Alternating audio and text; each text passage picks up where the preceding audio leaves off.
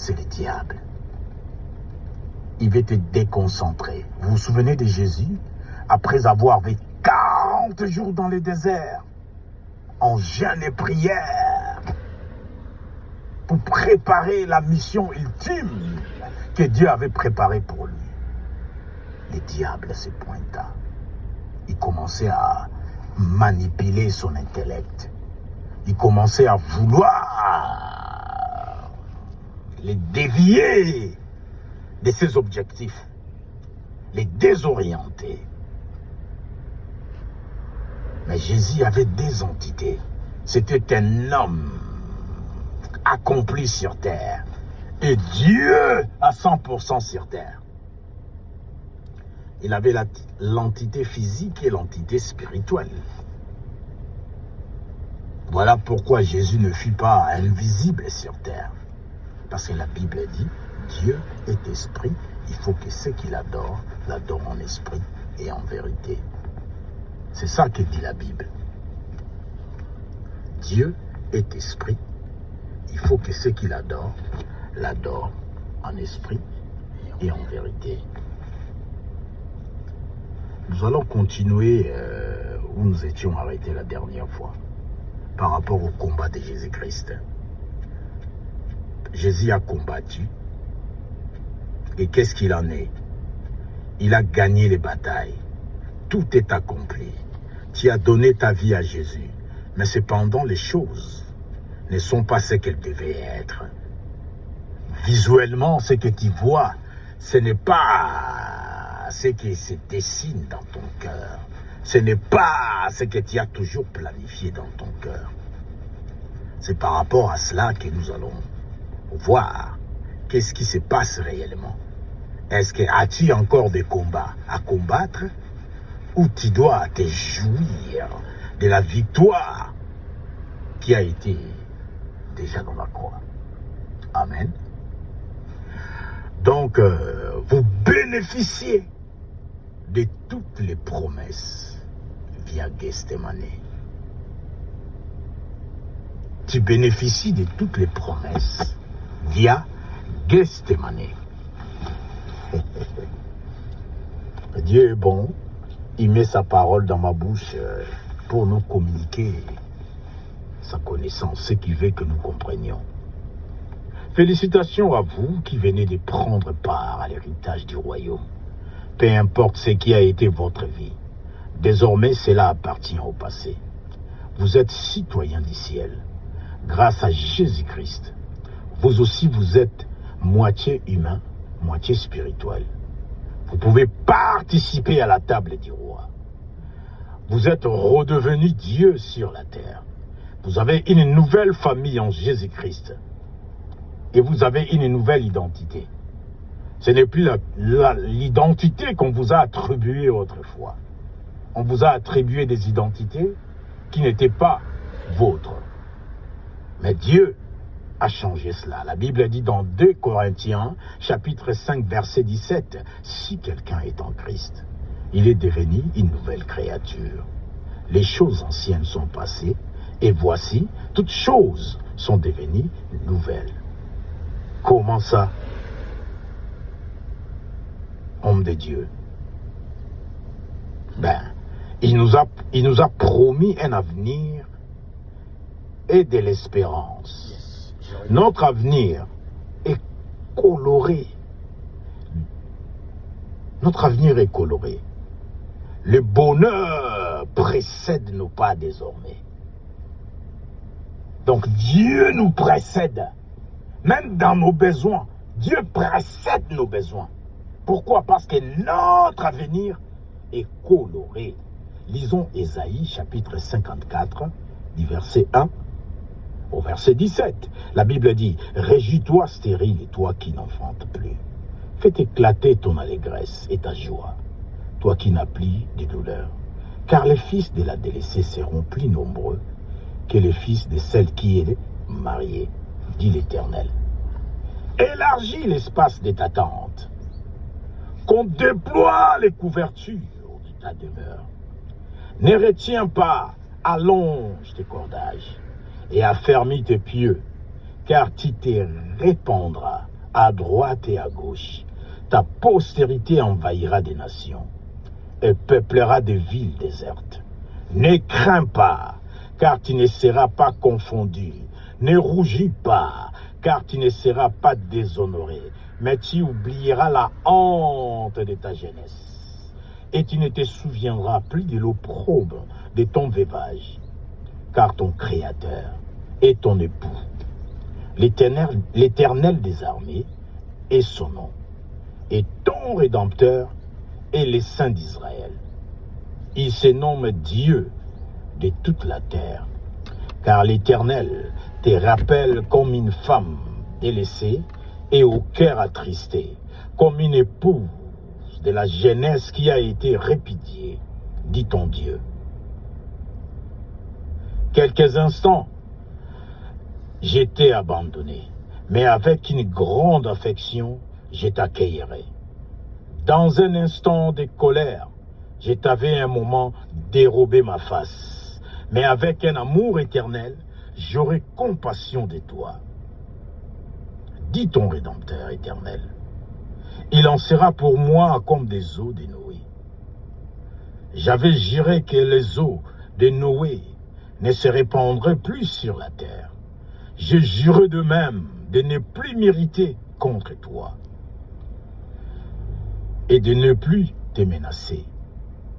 Quand les montagnes s'éloigneraient, quand les collines chanceleraient, mon amour ne s'éloignerait point de toi, et mon alliance de paix ne chancelera point, dit l'Éternel qui a compassion de toi. Malheureuse, battue de tempête, et que nul ne console, voici, je garnirai des pierres d'antimoine, et je te donnerai des fondements de saphir.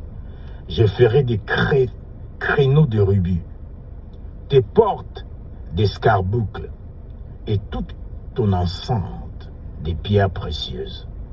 Tous tes fils seront disciples de l'Éternel, et grande sera la prospérité de tes fils. Tu seras affermi par la justice, banni l'inquiétude, car tu n'as rien à craindre. Et la frayeur, tu n'as rien à craindre. Et la frayeur, car elle n'approchera pas de toi. Si l'on forme des complots contre toi, cela ne viendra pas de moi. Quiconque se liguera contre toi tombera sous ton pouvoir. Voici, j'ai créé l'ouvrier qui souffle les charbons au feu et qui fabrique une arme pour son travail. Mais j'ai créé aussi le destructeur pour la briser. Toute arme forgée contre toi sera sans effet, et toute langue qui se lèvera en justice contre toi, tu la condamneras. Tel est l'héritage des serviteurs de l'Éternel. Tel est le salut qui leur viendra de moi, dit l'Éternel des armées. Voilà ton contrat de garantie qui a été signé lorsque tu avais accepté de faire la connaissance de celui qui s'assoit sur les circonférences de la terre. Tu vas découvrir le nouveau toi avec Jésus-Christ. Alléluia. Dieu te met au large. Le temps de Rehoboth a sonné dans ta vie. Tu connaîtras plus jamais de défaites dans ta vie. Amen. Même si on formait des complots contre toi, cela ne changera rien. Par les complots même, Dieu les changera à une échelle pour t'amener au sommet du monde, au nom de Jésus-Christ. Mais pasteur, êtes-vous vraiment sûr de ce que vous avancez? Oui, à 100%. Ésaïe 53, versets 1 à 12. Comme vous n'aimez pas beaucoup lire la Bible, elle vient vers vous. Toutes mes excuses pour vous l'avoir imposée, mais des fois c'est très important, car vous êtes en train de découvrir vos droits et comment les appliquer. Hein? Vous êtes en train de découvrir vos droits et comment les appliquer. Qui a cru à ce qui nous a été annoncé? Qui a reconnu les bras de l'Éternel? Il s'est élevé devant lui comme une faible plante, comme un rejeton qui sort d'une terre desséchée. Il n'avait ni beauté, ni éclat pour attirer notre regard. Et son aspect n'avait rien pour nous plaire. Méprisé et abandonné des hommes, homme de douleur et habitué à la souffrance, semblable à celui dont on détourne le visage. Nous l'avons dédaigné, nous n'avons fait de lui aucun cas. Cependant, ce sont de nos souffrances qu'il a portées. C'est de nos douleurs qu'il s'est chargé. Et nous l'avons considéré comme puni, frappé des dieux et humilié. Mais il était blessé pour nos péchés, brisé pour nos iniquités. Le châtiment même qui nous donne la paix est tombé sur lui. C'est par ses meurtrissures que nous sommes guéris. Nous étions tous errants comme des brebis. Chacun suivait sa propre voie. Et l'Éternel a fait retomber sur lui l'iniquité de nous tous. Il a été maltraité et opprimé. Il n'a point ouvert la bouche, semblable à un agneau qu'on amène à la boucherie. Une brebis muette devant ceux qui la tondent. Il n'a point ouvert la bouche. Il a été enlevé par l'angoisse et les châtiments, et parmi ceux de sa génération, qu'il a cru qu'il était retranché devant ceux de la terre des vivants, et frappé pour les péchés de mon peuple. On a mis son sépulcre parmi les méchants, son tombeau avec les riches, quoiqu'il n'eût point commis devant ses violences, et qu'il n'y eut point de fraude dans sa bouche. Il a plu à l'Éternel de les briser par la souffrance. Après avoir livré sa vie en sacrifice pour les péchés, il verra une postérité et prolongera ses jours. Et l'œuvre de l'Éternel prospérera entre ses mains, à cause du travail de son âme. Il rassasiera ses regards par sa connaissance. Mon serviteur juste justifiera beaucoup d'hommes, et il se chargera de leurs iniquités. C'est pourquoi je lui donnerai sa part avec les grands, et il partagera les butins avec les puissants, parce qu'il s'est livré lui-même à la mort, et qu'il a été mis au nombre de malfaiteurs, parce qu'il a porté les péchés de beaucoup d'hommes, et qu'il a intercédé pour les coupables. De la même façon, Dieu s'est dupliqué dans le monde spirituel pour descendre sur terre. Mêmement, cela s'est reproduit sur terre par Jésus-Christ. C'est l'assurance garantie qui nous qualifie de prendre part à l'héritage de la promesse. Lorsque je nous disais, c'est pris en compte. Voilà ce que je voulais, voilà où même je voulais en venir. Il s'est substitué, c'est-à-dire qu'il a pris sur lui nos problèmes, nos soucis, nos difficultés, nos malheurs, nos maladies, nos inquiétudes, nos imprévus, nos iniquités, toute notre vie négative. Il a pris sur ses épaules les châtiments qui nous étaient destinés est tombé sur lui. Yahweh est devenu l'homme des douleurs, qui est habitué à la souffrance. Pour toi et moi, mon frère. Désormais, tu peux tout faire. En plus, tu n'es plus toute seule. Tu portes en toi là le sauveur de l'humanité. Il vit dans ton cœur. C'est lui-même qui met sa parole dans ta bouche, comme il avait fait à Jérémie le prophète. Jérémie, chapitre 1, les versets 4 à 9. La parole de l'Éternel me fit adresser en ces mots. Avant que je t'eusse formé dans le ventre de ta mère, je te connaissais. Et avant que tu fusses sorti de son ventre, je t'avais consacré. Je t'avais établi prophète des nations. Je répondis, ah Seigneur éternel, voici je ne sais pas parler car je suis un enfant. Et l'Éternel me dit, ne dis pas je suis un enfant, car tu iras vers tout cet auprès de qui je t'enverrai. Et tu diras tout ce que je t'ordonnerai. Ne crains point, car je suis avec toi, pour te délivrer, dit l'Éternel. Puis l'Éternel étendit sa main et toucha ma bouche. Et l'Éternel me dit, voici, je mets mes paroles dans ta bouche. Bien-aimé, il est temps de vivre une vie mystérieuse sur terre. Revois ta façon de voir les choses et comment tu t'approches aux problèmes de la vie quotidienne. Si Dieu met lui-même sa parole dans ta bouche, tu es devenu un spécimen dangereux sur terre. Tu es le petit Dieu dans le monde. L'air de faire de sa bouche une arme fatale pour les affaires du royaume vient de naître.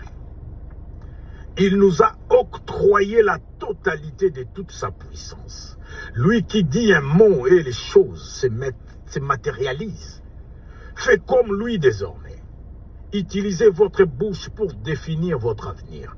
Matin, midi et soir, comme bon vous semble. Mais soyez sûr que vous faites des déclarations cataclysmiques, des déclarations, je ne sais comment les prononcer, des déclarations dangereuses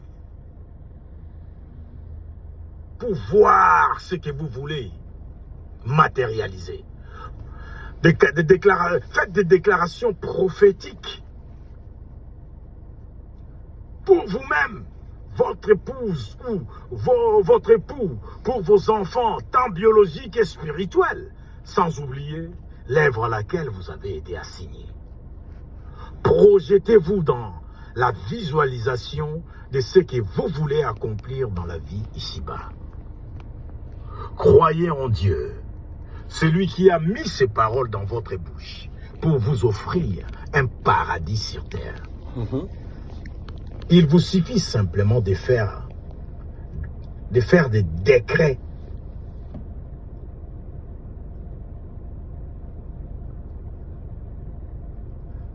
Sonner par la foi.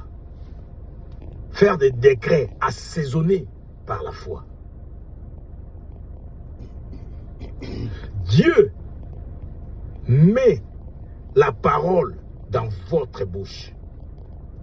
Mais c'est votre foi à la parole qui l'honore. Dieu honore votre foi dans sa parole. Soyez imitateurs de Jésus-Christ, comme dit l'apôtre. C'est-à-dire quoi? Vous avez le plein pouvoir de faire équipe avec Dieu. De faire arriver ce que vous voulez, ou ce que vous souhaitez vivre dans le monde entier. Déclarez-les et appelez-les à l'existence. Notre Seigneur est l'alpha et l'oméga. Dans sa divine bonté, il a prévu toutes ses promesses bien avant ces jours n'existent. Il a tout accompli pour que vous puissiez régner sur terre. Et non le contraire. Faites bien usage de ces promesses. C'est votre héritage spirituel. Désormais, vous êtes comme Jésus, moitié homme, moitié Dieu.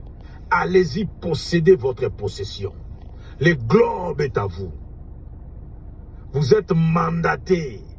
C'est votre Père céleste lui-même qui vous a planté dans le monde pour accomplir une mission quelconque. Découvrez quelle est votre mission. Votre vie vous appartient, oui.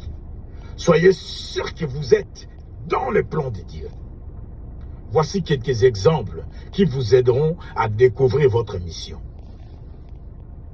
Vous aurez la paix du cœur. Vous aurez le plaisir de le faire. Vous n'avez jamais eu plaisir à faire quelque chose. Donc tout ce que vous avez fait jusqu'ici, vous perdiez votre temps. Voilà. Je n'ai jamais trouvé plaisir dans ce que je faisais. J'étais dans des chantiers avec des gens des fois, ils te parlent et tu regardes ta vie, tu regrettes quoi. Tu dis mais regarde moi c'est lui qui me parle. sans s'enorgueillir. Parce qu'on connaît ce que Dieu a déposé dans nous. On connaît de quoi on est fait. Moi, je sais de quoi je suis capable. Mais des fois, on fait des choses moindres. Dieu ne veut pas te voir dans cet office-là. Tu n'es jamais heureux, tu arrives au boulot, tu attends quoi, faire tes 8 heures et rentrer chez toi. Tu ne prends même pas plaisir à ce que tu fais. Bien aimé, tu n'es pas à ta place. Je peux te le dire avec force, tu n'es pas à ta place. Vous allez recevoir des dons spéciaux. Vous allez commencer à ne pas comprendre qu'est-ce que vous devenez. Vous voyez en train de faire des choses que vous n'avez jamais fait auparavant. C'est ça. Vous allez recevoir des dons spéciaux. Vous n'allez plus vous reconnaître. Yes. Dieu va te faire comprendre que c'est lui qui pilote les affaires de la vie. Amen. Qu'est-ce que j'ai dit? Dieu va te faire comprendre que c'est lui l'Éternel qui pilote les affaires de la vie. Tu auras des visions et la conscience tranquille pour poursuivre cette aventure vers les sommets du monde. La Bible dit, il s'assoit sur les circonférences de la terre. Il connaît les coins du monde dont il n'a pas d'idée.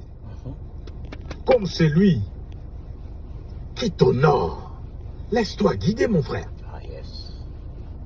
Poussé par l'Esprit, les hommes parlent de la part de Dieu. Tu as les pleins pouvoirs de Dieu. Des bonnes intentions et des bonnes idées seront toujours là pour vous orienter. Alors prophétise sur n'importe quelle situation. Faites des déclarations positives sur tout ce que tu as en visuel. Faites des déclarations positives sur tout ce que tu as en visuel.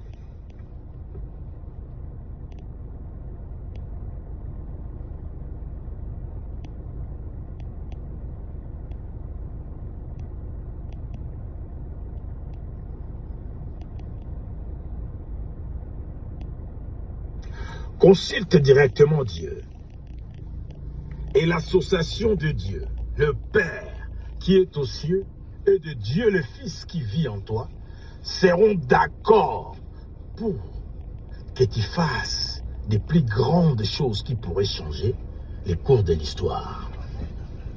Tu as entendu? Ils seront d'accord pour que tu fasses des plus grandes choses qui pourront changer les cours de l'histoire.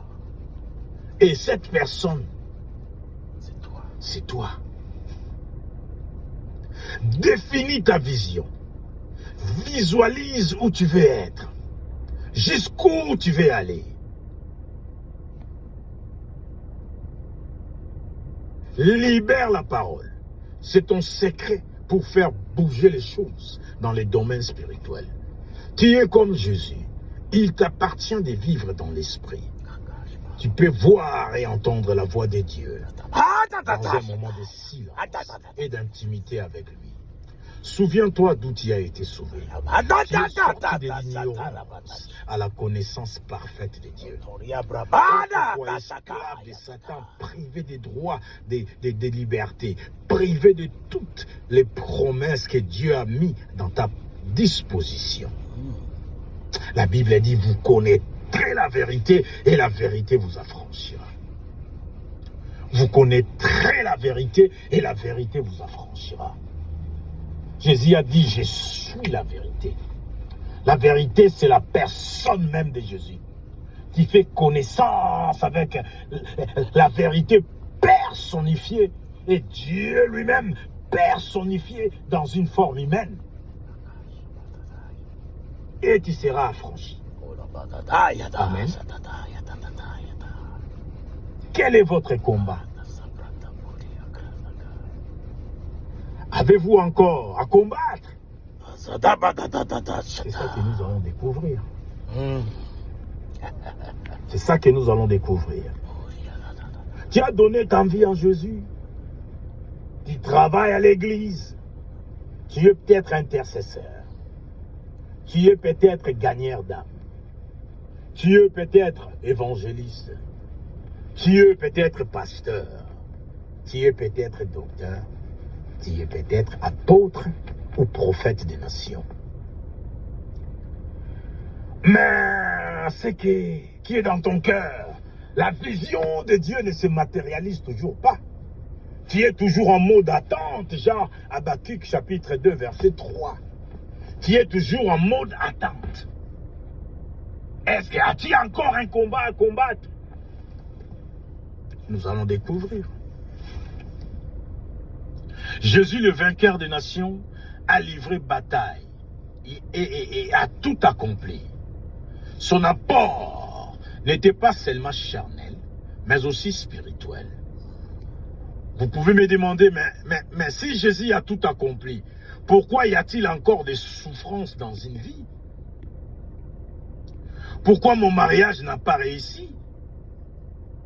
Pourquoi mon corps est-il toujours malade? Toutes ces questions significatives ont une réponse exhaustive dans la parole de Dieu. Toutes ces questions significatives ont une réponse exhaustive dans la parole de Dieu. C'est-à-dire une réponse totale, une réponse complète dans la parole de Dieu. Ésaïe chapitre 53, le verset 5e, la Bible dit, « Mais il était transpercé à cause de nos crimes, écrasé à cause de nos fautes. Le châtiment qui nous donne la paix est tombé sur lui. Et c'est par ces meurtrissures que nous sommes guéris. » Ce passage biblique est une garantie pour vous assurer une vie paisible. Parlons de la guérison corporelle, guérison spirituelle et bien entendu la guérison matérielle. Parce que vous aussi, vous êtes bénéficiaires de cette provision. Si l'infortune continue à persister, malgré tout, là je m'adresse aux enfants de Dieu. Vous avez accepté Jésus-Christ comme votre Seigneur et Sauveur. Vous êtes leader dans le royaume. Vous pourrez être pasteur, évangéliste, docteur, prophète ou même apôtre. Mais il n'y a pas d'évolution dans votre vie ni dans votre ministère. Vous traînez les chaos partout où vous mettez le pied. Vous priez même en esprit. Même vos parler en langue, vos prières en langue n'arrivent pas à décortiquer le vrai cause de vos souffrances. Cependant, la prière en langue, c'est aussi un univers mystique où votre entendement est inerte, mais l'esprit lui-même vous embarque dans les sujets sensibles que votre intelligence ne comprend même pas. Votre intelligence devient stérile, votre intelligence devient inerte, votre intelligence est morte. Vous communiquez directement avec le Père quand vous parlez en langue. C'est-à-dire, le parler en langue, la prière en esprit, décortique les sujets que vous avez dans le cœur, décortique le fardeau que vous avez dans le cœur. Et cela vous donne des versets bibliques qui correspondent à la situation. Ça, c'est l'esprit, mon ami. C'est l'esprit. Vous parlez en langue, mais toujours pas de réaction explosive souhaitée. Vous déprimez, l'anxiété s'installe. Vous faites semblant, malgré tout, d'être toujours au service du Seigneur, juste pour impressionner ou embobiner ceux qui vous suivent. Mais au fond de vous-même, vous savez que quelque chose n'est vraiment pas correct. Nous allons voir ensemble certaines choses qui sont très difficiles à croire, mais pourriez vous sauver. Le monde vous a connu comme un train de misère. Mais si vous avez un peu de temps pour me consacrer, vous sortirez sûrement avec un chant de louange. Jusqu'ici, vous avez essayé d'utiliser tout votre savoir, toute votre énergie pour vous en sortir. Mais vous êtes destiné pour la gloire. Mais votre infortune est devenue comme une enseigne écrite en caractère majuscule. Il y a un seul mot qui me vient en esprit. Forteresse. Forteresse spirituelle. Forteresse, bien-aimé. Lisons Deutéronome, des livres de Moïse. Deutéronome chapitre 5, le verset 16e. La Bible dit: honore ton père et ta mère, comme l'Éternel ton Dieu te l'ordonne. Il y a un ordre venu du ciel. Dieu t'a donné un ordre direct. Honore ton père et ta mère.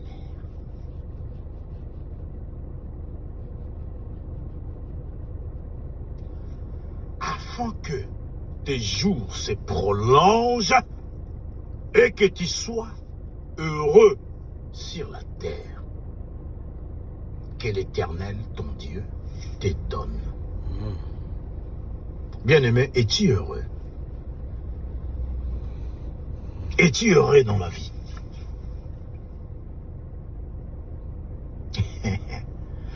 Nous allons déjà définir la forteresse. Les Robert d'aujourd'hui, le dictionnaire français, nous dit: une forteresse est un lieu fortifié dans le but de défendre un territoire. Je répète, une forteresse est un lieu fortifié dans le but de défendre un territoire. Nous pouvons dire aussi, une forteresse, c'est un ensemble. L'ensemble d'une citadelle. Une citadelle est fondée de châteaux, de murs épaisses, de tours, de portes de fer ou de rein. Les accès sont limités dans une forteresse parce qu'ils sont toujours en mode défensif. Si par accident, vous vous faites prisonnier dans une forteresse, pour en sortir, il faudrait une intervention divine ou un miracle ou encore une onction supérieure doit plaider la miséricorde de Dieu sur la personne concernée. Où veut-il en venir, Rodard? Vous pouvez également vous demander, beaucoup des enfants de Dieu expérimentent des difficultés cataclysmiques d'ordre des calamités spirituelles. Problème sur problème. 50 ans dans le ministère. Mais vous avez rien à montrer du tout. Il n'y a rien. Vous tournez en rond. C'est comme si on a mis un poussin malade qui était en train de picorer. Tout doucement. Dors. Ah ouais. À petits pas. Et le poussin, il est tellement souffrant. C'est ça votre ministère. 50 ans de ministère, mais il n'y a pas d'avancement. 90 ans d'une vie pastorale, pas d'épanouissement dans la vie pastorale. Vous traînez la misère.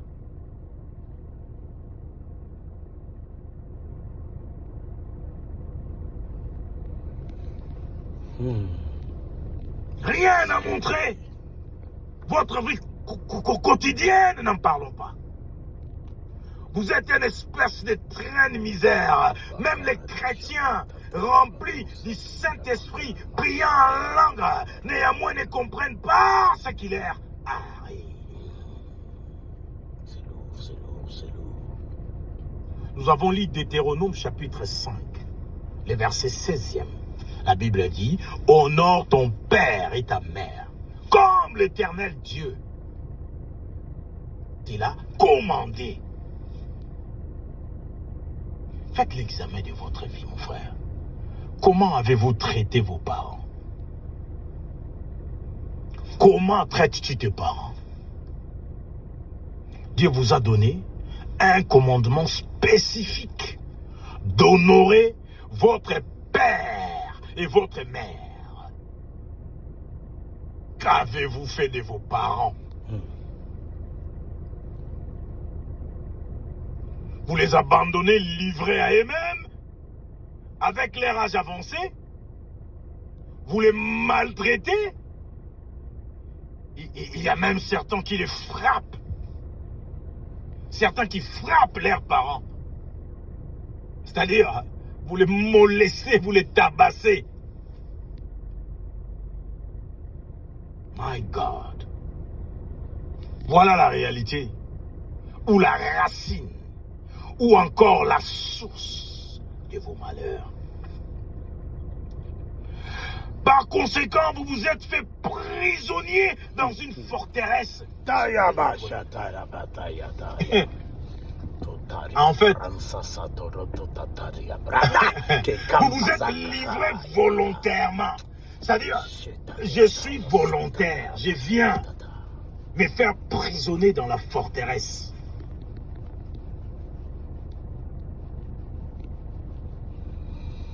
Dans la prison, il y a toujours possibilité d'être prêché par les aumôniers de la prison. Ils peuvent venir de l'extérieur, tout comme ça peut être un autre co-détenu qui est en prison, qui est serviteur de Dieu. C'est-à-dire quoi? Vous avez écouté la parole de Dieu, vous avez même donné votre vie à Jésus-Christ. Mais malheureusement, vous êtes encore prisonnier dans la forteresse. Bien que vous avez accepté Jésus dans la prison, vous êtes encore dedans. Vous allez subir votre peine jusqu'à ce que votre peine arrive à échéance. Si du moins, comment dirais-je? Vous avez été retenu peut-être pour 5 ans. Mais vous devez attendre les 5 ans pour sortir d'une forteresse, pour sortir de la prison. N'est-ce pas?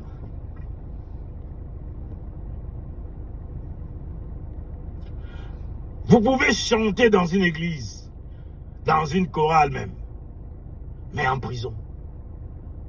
Prison spirituelle. Faire le ministère d'aide à l'église. Diacre, diaconesse, ancien. Là, vous êtes en prison.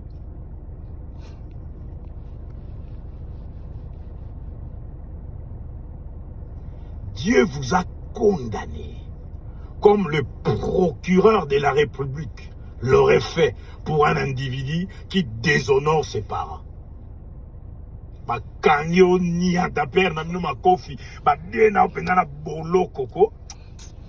Ah, j'étais au Nigeria, il y avait une prison qui était renommée, qu'on appelle Kirikiri.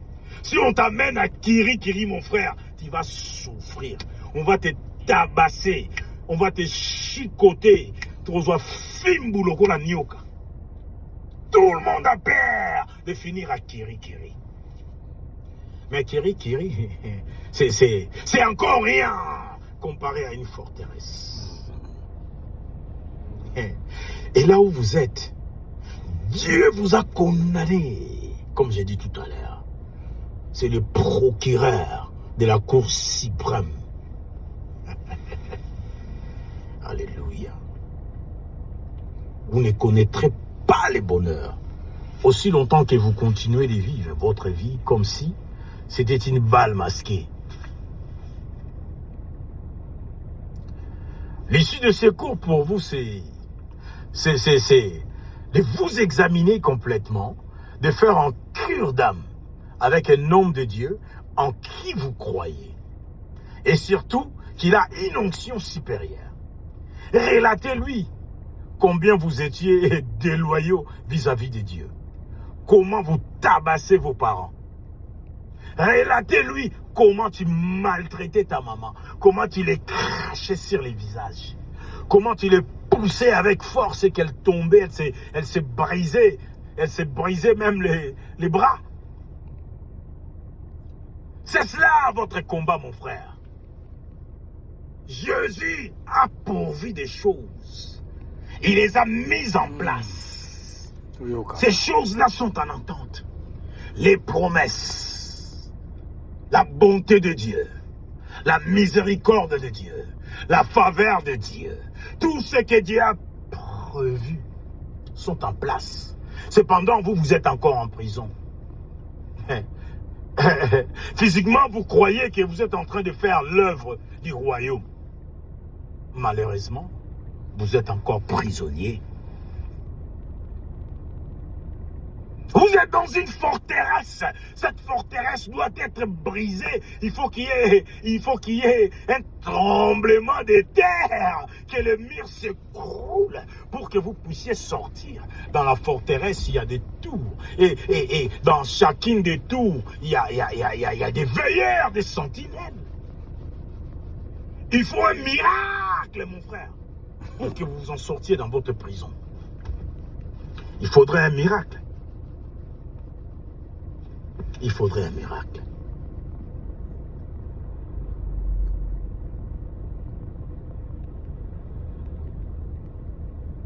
Relatez à l'homme de Dieu. Dites-lui combien vous êtes déloyaux vis-à-vis de Dieu. Comment vous tabassez, ou vous molestez, ou vous maltraitez vos parents. C'est cela votre combat, mon frère. Une simple démarche à faire. Confesse. Confessez. Confesse. Confessez. Tu peux t'en sortir encore. La balle est dans ton camp. Examine ta vie. Compte combien tu es heureux dans cette pèlerinage. Vis ta vie maintenant, combien tu es heureux. Vois toi-même combien tu es heureux. Parce que Dieu a prévu que tu seras heureux sur terre. Mais toi, tu as maltraité tes parents. Tu t'es livré toi-même prisonnier volontaire dans une forteresse. Vois maintenant combien tu es heureux.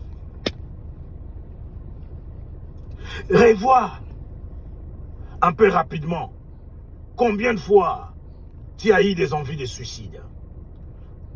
Comment tu as cru que le monde même était contre toi. Visualise combien tu es stable dans cette vie.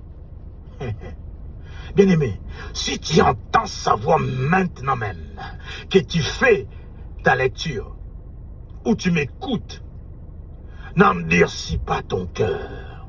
L'heure des changements du cours de ton histoire a sonné. Il est temps que le monde entier te remarque enfin. Je vais bien nous donner quelques exemples bibliques de certains personnages qui ont eux aussi vécu dans une forteresse spirituelle. Ceux qui ont déshonoré leurs parents. Et quelle était leur fin? Premièrement, je vais parler d'Amnon, fils de David. Amnon, premier fils de David, était habité par un mauvais esprit. Ce bonhomme développa des sentiments charnels vis-à-vis de sa sœur Tamar.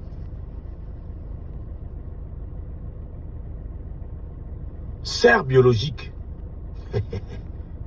d'Absalom. Absalom, troisième fils de David. Ils n'avaient pas de même mère. Amnon est né d'une autre femme. Absalom et Tamar, ils sont nés aussi d'une autre femme.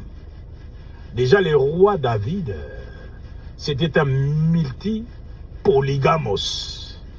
Multipolygame. Lui-même. Bien aimé, il ne faut pas rigoler avec la grâce de Dieu. Regardez-moi l'espèce de roi David. Un homme comme ça.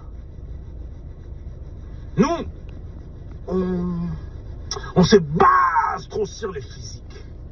On se base trop sur l'homme. On voit ce que fait l'homme. On qualifie l'homme de tous les mots. On attribue tous les noms à l'homme, tous les noms d'oiseaux, tous les noms des animaux à l'homme. Mais l'espèce de roi David, c'était, si on peut mettre un nom, c'était un animal. On n'aime pas les femmes comme ça. Mais bien aimé, son cœur était pur. Son esprit était avec Dieu. Bien qu'il était ce qu'il était, il faisait tout ce qu'il faisait. Son esprit était avec Dieu. Roi David, c'était un homme de guerre. C'était un meurtrier. Il tue sans merci. Il arrive, il te plante même. 10 fois, 5 fois, il t'égorge. Et il peut faire cela à plus de 100 personnes. Avec cette force qu'il avait de l'Éternel. C'était un guerrier, mon ami. Mais craignant Dieu, le plus important, ce n'est pas le matériel. Le plus important, c'est le spirituel. La Bible dit, David, c'est l'homme selon le cœur de Dieu. Non, je ne vais pas m'éterniser à David. Je vais continuer. On va essayer de trouver cette forteresse, même dans cette famille du roi David. Donc je disais, Tamar était la sœur biologique de Absalom, troisième fils de David. Ils avaient le même père, mais les mères différentes. Amnon aimait beaucoup sa sœur. Il était fou amoureux de sa sœur. Comme la convoitise de sa chair était plus forte que lui, il déshonora sa sœur et la força d'avoir des rapports intimes. Puis, il la dégoûta par la suite. Vous pouvez lire l'histoire dans 2 Samuel, chapitre 13. Moi, je vais lire les versets 1 et 5. Et je sauterai pour vous lire les versets 11 et 12. Mais si vous lisez les chapitres 13, vous allez comprendre toute l'histoire des enfants de David. La Bible dit, après cela, voici ce qui arriva. Absalom, fils de David, avait une sœur qui était belle et qui se nommait Tamar. Et Amnon, fils de David, l'aima. Il était tourmenté jusqu'à ce qu'il se retrouve malade à cause de sa sœur. L'esprit méchant est venu par son ami Yehonadad.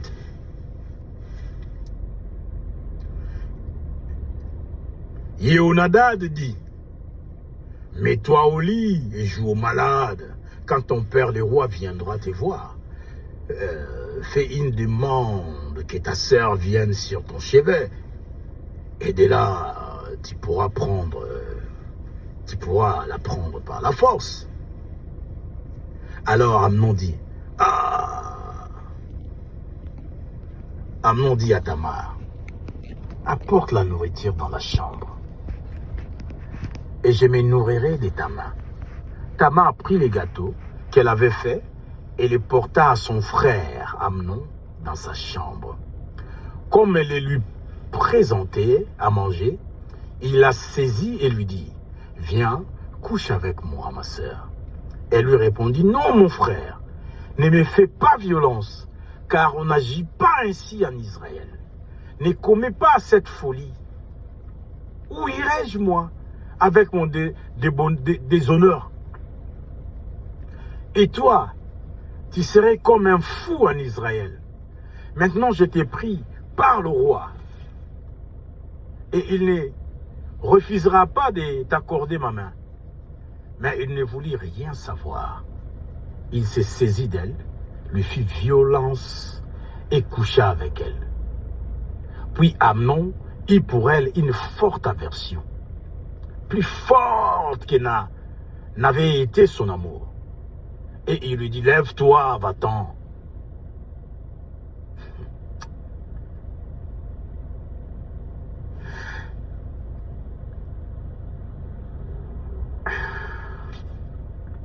Une forteresse de destruction rôdait dans la famille royale. Pour qu'Amnon agresse sexuellement sa sœur, il devait être habité par un démon. Pour couronner le tout, Amnon fut assassiné par son frère Absalom. Bien aimé, la Bible dit le salaire du péché, c'est la mort. Ici, ce n'était pas la justice de Dieu, mais la justice d'un homme ambitieux. Amnon n'avait pas honoré son père le roi. Conséquence, assassiné par son frère cadet.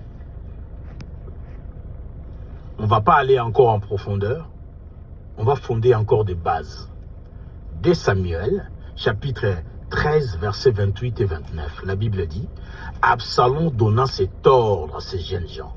Faites attention, quand le cœur d'Amnon sera égayé par le vent, et que je vous dirai, frappez Amnon, alors mettez-les à mort.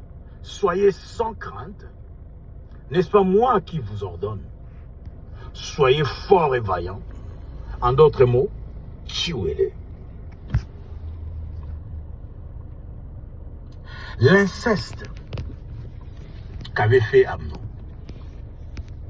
Un outil utilisé par l'entreprise satanique pour introduire un cataclysme spirituel dans une société, dans un pays ou simplement dans une famille.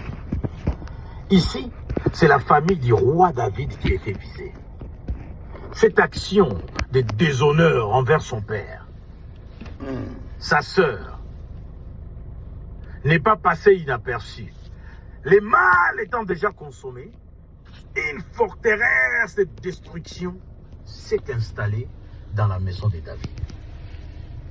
Aujourd'hui encore, il y a des gens qui font encore des incestes dans leur famille, entre frères et sœurs, tantes, neveux, cousins, cousines, entre... Chez moi, à Kinshasa, même on dit, il y a ces envoûtés qui disent Tata Nketu, Nketu Kwandi. On veut dire Tata, moi, ça s'en ira, moi aussi. Une tante, c'est aussi une femme. Si vous êtes dans cette situation, il est temps de chercher l'Éternel pour qu'il détruise cette malédiction d'ordre générationnel. Cette malédiction va de génération en génération. Même si vous avez des enfants aujourd'hui, cette malédiction-là pourrait continuer si cela n'est pas brisé par une forte onction. Ou si c'est Dieu qui intervient d'une façon surnaturelle. Il faut une intervention divine. Sinon, c'est des générations. En génération, vous serez malheureux. Vous ne serez jamais heureux dans la vie. La souffrance et la pauvreté seront votre partage. Vous êtes sous la calamité spirituelle. Les événements négatifs se succéderont. Et vous ne comprenez pas ce qui vous arrive même. Dans certaines circonstances, il y a même la stérilité. Quand il y a l'inceste dans la famille, il y a des stérilités. Il y a des femmes qui ne peuvent pas avoir des enfants parce qu'il y a eu inceste dans la famille. Vous comprenez? Cela demande une force, une onction particulière, une onction spéciale pour détruire cette forteresse de l'ennemi. Vous ne serez sûrement pas heureux. La solution qui est proposée se trouve dans la parole, bien-aimé.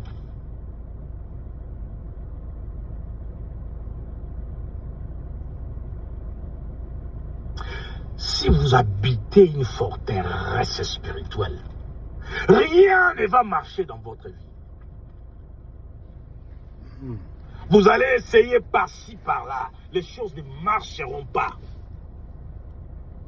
On va vous traiter de tous les noms. Espèce de traîne misère. Tout ce qui touche, il le met en lambeaux. Celui-là m'apporte la pauvreté. On te dira tout, mon frère.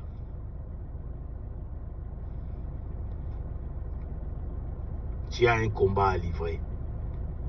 Jésus a tout accompli. Quand il a fait, toi tu étais d'abord en prison. Ézéchiel chapitre 14, verset 6. La Bible dit, c'est pourquoi dis à la maison d'Israël, ainsi parle le Seigneur, l'Éternel. Revenez à moi. Convertissez-vous et détournez-vous de vos idoles. Détournez les regards de toutes vos horreurs. Dieu a tendu les bras et attend qu'on revienne.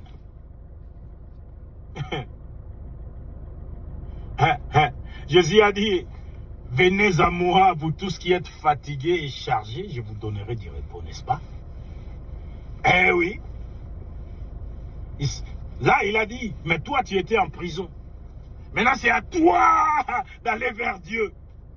C'est à toi d'être conscient que tu as un problème. Tu as ici Jésus, mais les choses ne marchent pas. Examine ta vie, mon ami. Regarde bien d'où tu es venu. Qui était ton père? Qu'est-ce qu'il était? Quel est votre arbre généalogique? Qu'est-ce qu'ils ont fait vos grands-parents? Dans toute génération, qu'est-ce qui s'est passé? Vois un peu ta famille. Vois un peu comment vous réussissez. Vois un peu comment les choses fonctionnent. Êtes-vous heureux? Ou vous vivez au milieu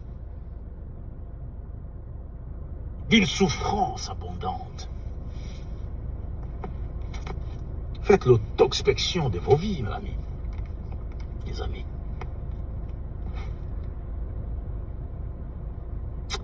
Seule une onction puissante pourrait détruire rapidement cette forteresse de destruction qui vous accompagne jusqu'ici. Vous avez toujours été accompagné. Donc, vous marchez librement, mais vous êtes accompagné.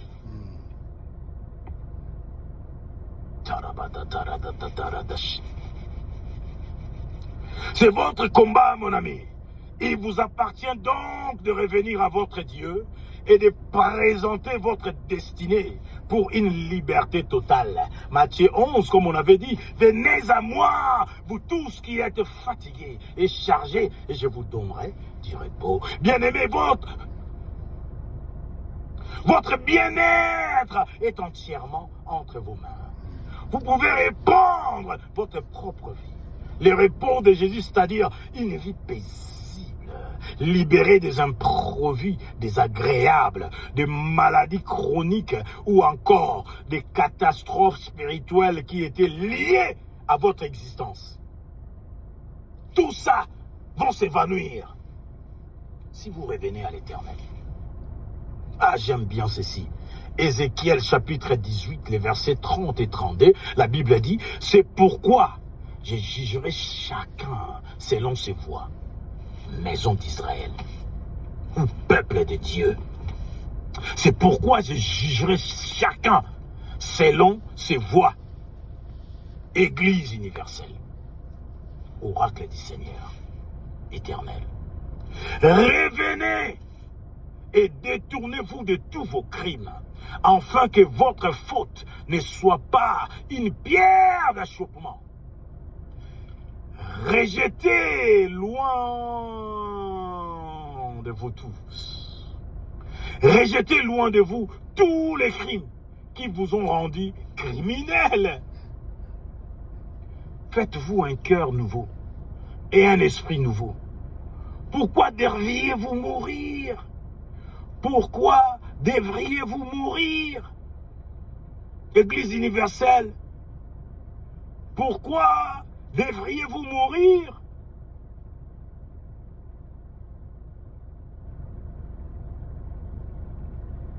Car je ne désire pas la mort de celui qui meurt. Oracle du Seigneur éternel. Convertissez-vous donc et vivez. Convertis-toi donc et vis. Tu vas vers la mort, mon ami. Dans la forteresse, on ne sort pas comme ça. Reviens vers ton Dieu pour vivre.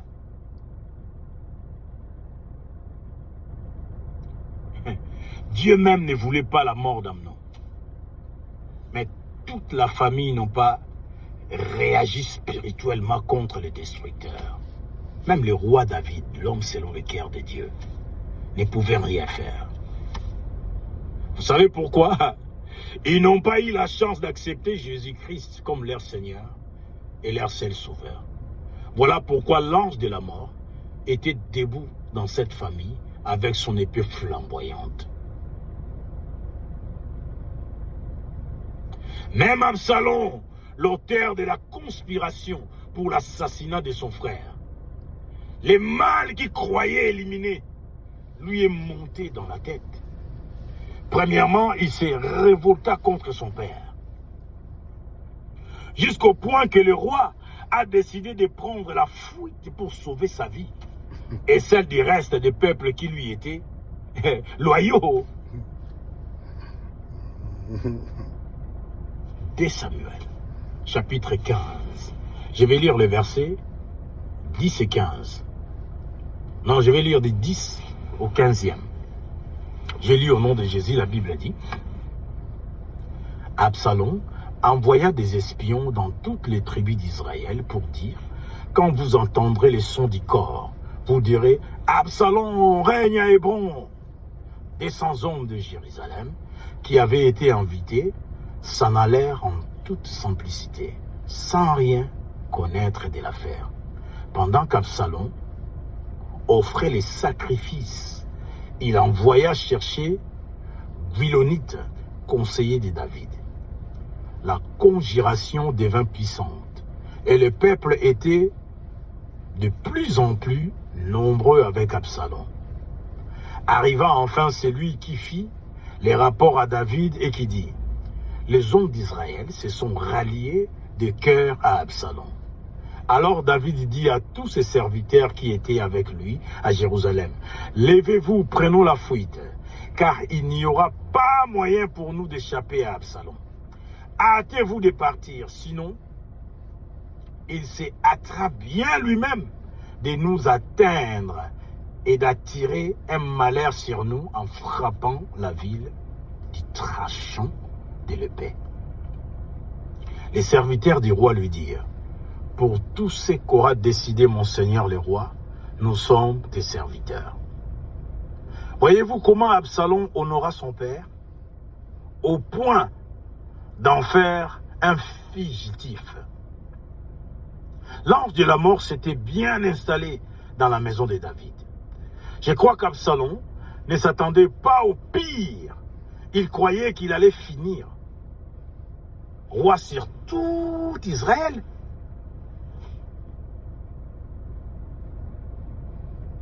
Même son père, homme de Dieu David, avait toujours des compassions pour son enfant. Il compatissait toujours. La Bible dit, le roi donna l'ordre à Joab, à Abishai et à Itaï, pour l'amour de moi, doucement avec les princes Absalom. Et tout le peuple entendit l'ordre du roi à tous les chefs au sujet d'Absalom. Le peuple sortit dans la campagne à la rencontre d'Israël. Et la bataille eut lieu dans la forêt d'Éphraïm. Là, le peuple d'Israël fut battu par les serviteurs de David, et il y eut en ce jour une grande défaite de 20 000 hommes.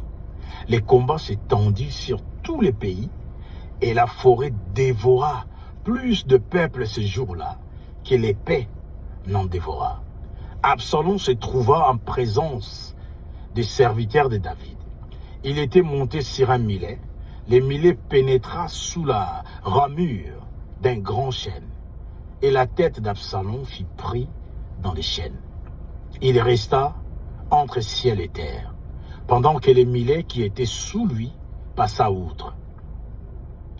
Il fut tué comme des sons vivants. Absalom s'était fait élever un monument qui est dans la vallée du roi, car disait, je n'ai point de fils par qui mon nom ou mon souvenir sera conservé. Et il donna son propre nom au monument, qu'on appelle encore aujourd'hui Mémorial d'Absalom. 2 Samuel, chapitre 18, versets 5 à 18. Vous qui avez frappé vos parents, vous avez un combat à livrer. Si vous ne voulez pas finir comme Absalom. Nous n'avons pas encore fini. Vous qui déshonorez vos parents, l'ange de la mort vous poursuit. Il est grand temps de chercher un homme de Dieu qui a une onction supérieure. Relatez-lui vos aventures, combien vous étiez avec vos parents. L'homme doit réussir sur terre. La Bible dit, je souhaite que tu prospères à tous égards et que tu sois en bonne santé, comme prospère l'état de ton âme. Dieu veut ta prospérité. Dieu veut te voir prospère. Dieu veut que tu sois heureux dans cette vie sur terre. Mais, si tu vois, tu n'arrives pas à être heureux dans la vie. Bien-aimé, avec tout ce que tu viens d'entendre, trouve un homme de Dieu, relate ton passé. Combien tu maltraitais tes parents. Si tu n'as pas honoré tes parents, là, tu es dans une forteresse spirituelle. Et cette malédiction doit être brisée, sinon cela continuera des générations. C'est une malédiction générationnelle. C'était un ordre divin, c'était un ordre de Dieu. Et il n'y a que Dieu qui puisse briser cette malédiction. S'il vous plaît, il est temps de retourner vers Dieu, de confesser, trouver un homme de Dieu avec une onction supérieure. Moi, si c'était mon cas, j'irais voir Bishop David Oyedepo. Je lis les bouquins de cet homme. Quand je lis, j'ai pris Dieu. Sorry, sir. Excuse me for this. But I want a double portion of the anointing that Papa Oyedepo carries. Je veux la double portion de cette onction.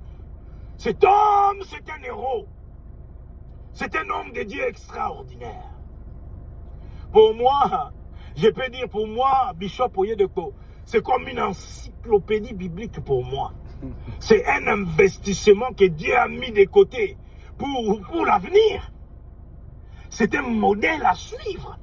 Des hommes comme ceci, il faut les célébrer. Il faut célébrer de tels hommes. Si j'étais dans les cataclysmes, dans des situations horribles, je vais courir jusqu'au Nigeria, à Canaan Land, aller voir Bishop David Oyedepo. Je vais lui relater mes problèmes. Et il va libérer une onction particulière. Il va libérer une parole venue tout droit du ciel pour moi. Parce que je crois en son ministère. Amen. Je crois à ses valeurs. Je crois à ce que Dieu fait à travers lui. L'Esprit de Dieu rend témoignage à notre esprit que nous sommes enfants de Dieu. L'Esprit de Dieu rend témoignage à notre esprit que nous sommes enfants de Dieu. Je sais que Dieu parlera à cet homme pour moi. Il priera pour moi. J'aime ce qu'il fait et c'est un modèle pour moi. Papa, you may like it or not, I will follow what you lay aside for us. This knowledge that you package, you put aside so that we, people like me, could draw little. Thank you. May the Lord keep you. May the Lord strengthen you. May the Lord bless you more and more.